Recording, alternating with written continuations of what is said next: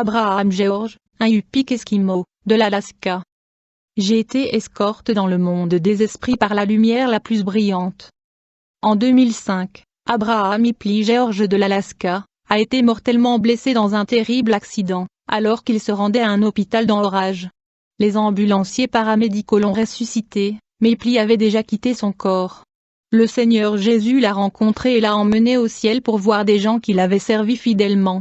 Puis Jésus l'a emmené en enfer, où il a vu le tourment des non-sauvés. Voici le témoignage. 29 novembre 2005, je me suis réveillé ce matin-là et j'ai pris un café. Cela semblait être une journée normale, rien ne semblait hors de l'ordinaire. Après le déjeuner, j'ai préparé ma motoneige et mon traîneau et j'ai décollé. J'ai un traîneau de transport de bois spécial que j'ai fabriqué. En chemin, j'ai rencontré 2 frères du village qui m'ont dit qu'ils allaient également transporter du bois. Mais avant de nous rendre dans la forêt boisée, nous avons d'abord fumé de la marijuana et nous nous sommes défoncés. Une fois arrivés dans notre région, nous avons commencé à couper des arbres, et bientôt nous les avons rassemblés pour les charger. J'ai demandé au plus jeune des 2 frères s'il voulait courir jusqu'à Dillingham, car c'était tout près, de m'acheter une bouteille d'alcool. Il a accepté et je lui ai donné de l'argent. Nous avons suivi le sentier pour rentrer chez nous et sommes arrivés à l'une des criques. J'ai descendu le talus de ce ruisseau. En descendant, ma motoneige s'est brusquement arrêtée. Le ski droit avait glissé sous une branche renversée en forme de U qui était suffisamment solide pour arrêter la motoneige soudainement. J'ai rapidement regardé derrière moi. Je pouvais voir l'un des frères juste derrière moi frapper les freins de sa motoneige, essayant d'éviter de heurter mon traîneau plein de bûches, qui venait vers moi. Je me souviens avoir été heurté par le traîneau. J'ai essayé de sauter de ma motoneige, mais le traîneau, extrêmement lourd en rondins, m'a heurté le dos avec une telle force et violence qu'il m'a écrasé. J'étais coincé impuissant contre ma motoneige. Je ne pouvais pas bouger et j'ai commencé à ressentir de la douleur dans mon corps. Les frères ont sauté de leur motoneige et se sont précipités à mon secours presque immédiatement. Pour retirer le traîneau, ils ont dû décharger les bûches jusqu'à ce qu'ils soient en mesure de le soulever. Entre-temps, j'ai commencé à ressentir des évanouissements, à entrer et sortir de la conscience. Je commence également à vomir beaucoup de sang. Finalement, j'ai été amené à l'aéroport et je me suis rendu à l'hôpital de Dillingham. Les médecins m'ont passé au rayon X et je pouvais les entendre parler. Ils ont dit, il va mourir de ses blessures avant l'arrivée de l'évacuation médicale. D'après leur radiographie, j'avais 3 côtes brisées. Mon bassin était cassé à 4 endroits. J'avais 4 vertèbres écrasées. Ma colonne vertébrale était pliée et coupée. Mon foie et ma rate ont été déchirés par une côte cassée et un poumon a été perforé par une côte cassée. Inutile de dire que je saignais intérieurement. À l'hôpital Kanakanak, un homme russe est venu et a prié pour moi.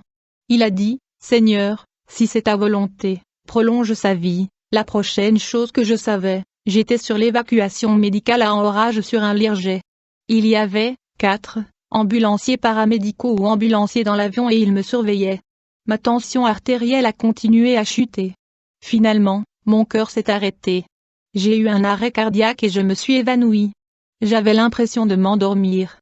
D'une manière ou d'une autre, je me suis levé et j'ai vu mon corps allongé sur la civière et les ambulanciers travaillant sur moi. J'avais une expérience hors du corps. Pourtant, je pouvais toujours voir, entendre, sentir, goûter et ressentir. J'avais tous mes sens même si je pouvais voir mon corps allongé sur la civière. Je pouvais les voir en utilisant ce que je pensais être des câbles de démarrage de batterie sur moi, et je pouvais voir mon corps et ma poitrine se lever lorsqu'ils l'utilisaient sur moi. Mais l'écran du moniteur cardiaque n'affichait qu'une ligne plate. Le défibrillateur n'a pas fonctionné, je n'ai pas répondu. Puis j'ai entendu un autre médecin dire, « Il faut noter l'heure de sa mort. » Après avoir écrit, un médecin a dit, « Essayons encore une fois. » Et ils ont de nouveau utilisé les câbles de batterie sur moi. Et mon corps a sauté une fois de plus. Cette fois, cela a semblé fonctionner, mon cœur a recommencé. La montée au ciel, mais alors, la lumière la plus brillante et la plus brillante, une figure d'homme, se tenait à côté de moi sur le côté droit. Il était rempli d'amour, de joie et de paix. Il parlait en yupik et il me parlait d'une manière douce qui me remplissait d'une douce sensation de picotement. Il m'a demandé si je voulais aller à l'endroit où vont les âmes sauvées. L'endroit où il m'a amené était rempli de la gloire de Dieu. J'ai vu des rues d'or sous mes pieds. Même le sol était plein de lumière et il n'y avait pas d'ombre. Quand il m'a élevé, J'ai cherché un soleil ou une lumière, mais il n'y avait pas de telle lumière. Je me suis demandé d'où venait la lumière.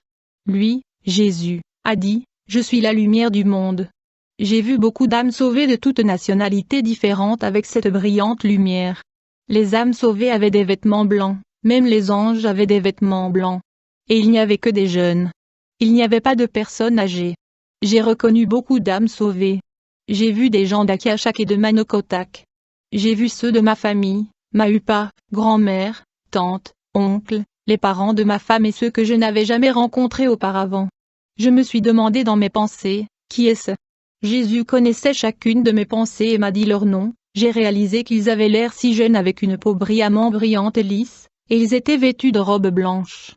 Leur robe avait une forme avec le brouillard le plus brillant et le plus pur qui se déplaçait sur leur robe. J'ai vu ceux qui sont morts de vieillesse, mais ici ils étaient tout jeunes, environ 33 ans. J'ai même vu une femme morte de vieillesse, mais ici au ciel, c'était une jeune femme. J'ai vu une autre femme qui est morte en tant que vieille femme, mais ici au paradis, c'était aussi une jeune femme. J'ai demandé, comment se fait-il qu'ils soient si jeunes? Jésus a répondu, quand ils étaient jeunes, ils m'ont accepté. Je suis le chemin, la vérité et la vie.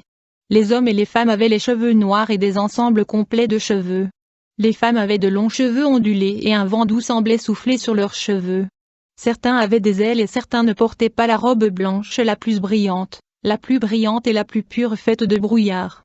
Ils ont dit au ciel, nous ne serions plus mariés, mais nous vivrions comme frères et sœurs. Jésus disait, regarde. Chaque fois que je regardais, mes yeux s'ouvraient.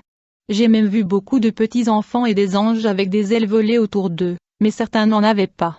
Le toucher des plumes des anges était doux et le plus brillant de la lumière à ma droite. Il m'a dit que ces bébés étaient ceux des fausses couches, des avortements et des morts-nés.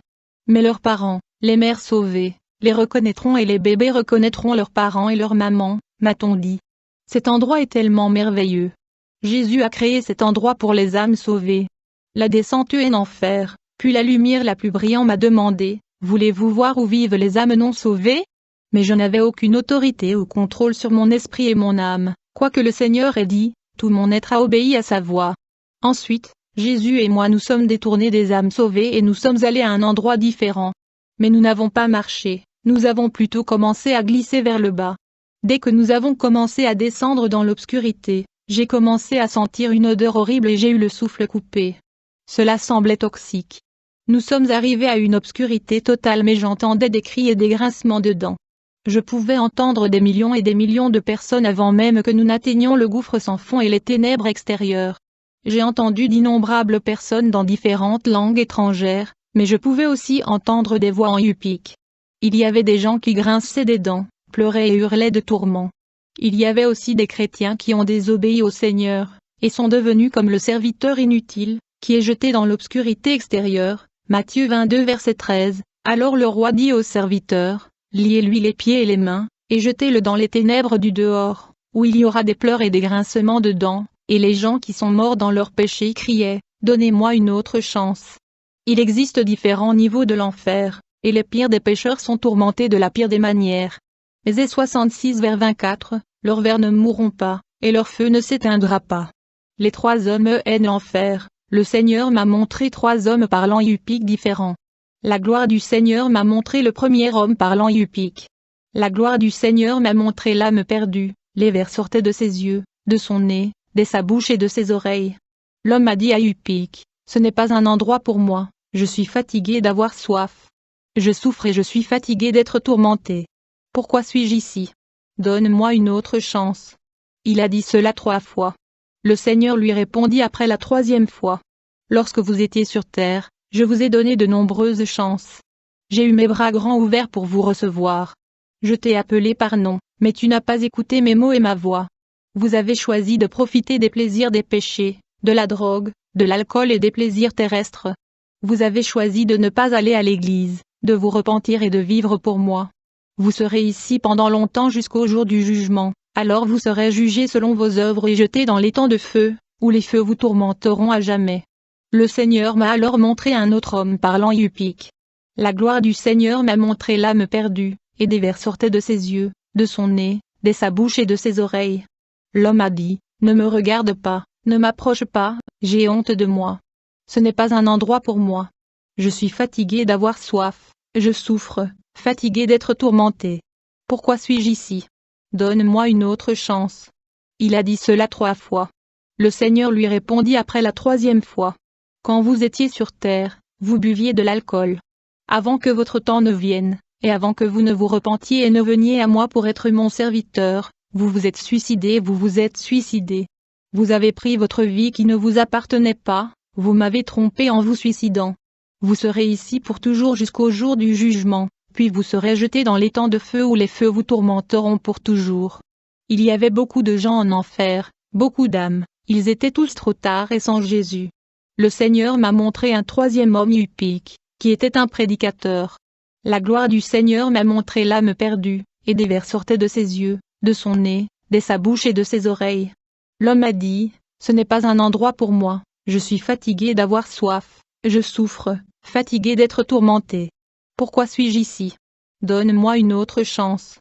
J'ai servi le Seigneur et exercé un ministère en tant que prédicateur toute ma vie. Pourquoi suis-je ici? Il a dit cela 3 fois. Le Seigneur a répondu après la 3e fois. Vous avez raison quand vous avez dit que vous m'avez servi toute votre vie sur terre, mais vous avez détesté une personne et quand vous avez détesté cette personne, vous m'avez détesté. Vous serez ici pour toujours jusqu'au jour du jugement, puis vous serez jetés dans les temps de feu qui vous tourmenteront pour toujours. Matthieu 6, 14-15 dit, car si vous pardonnez aux hommes leurs fautes, votre Père céleste vous pardonnera aussi. Mais si vous ne pardonnez pas aux hommes leurs offenses, votre Père ne vous pardonnera pas non plus vos offenses. Matthieu 23 verset 13 dit aussi, alors le roi dit aux serviteurs, attachez-le pieds et mains, et jetez-le dehors dans les ténèbres extérieures, où il y aura des pleurs et des grincements de dents. Puis, pendant que nous étions en enfer, le Seigneur m'a montré des âmes qui tombaient. Ces gens n'avaient pas Jésus.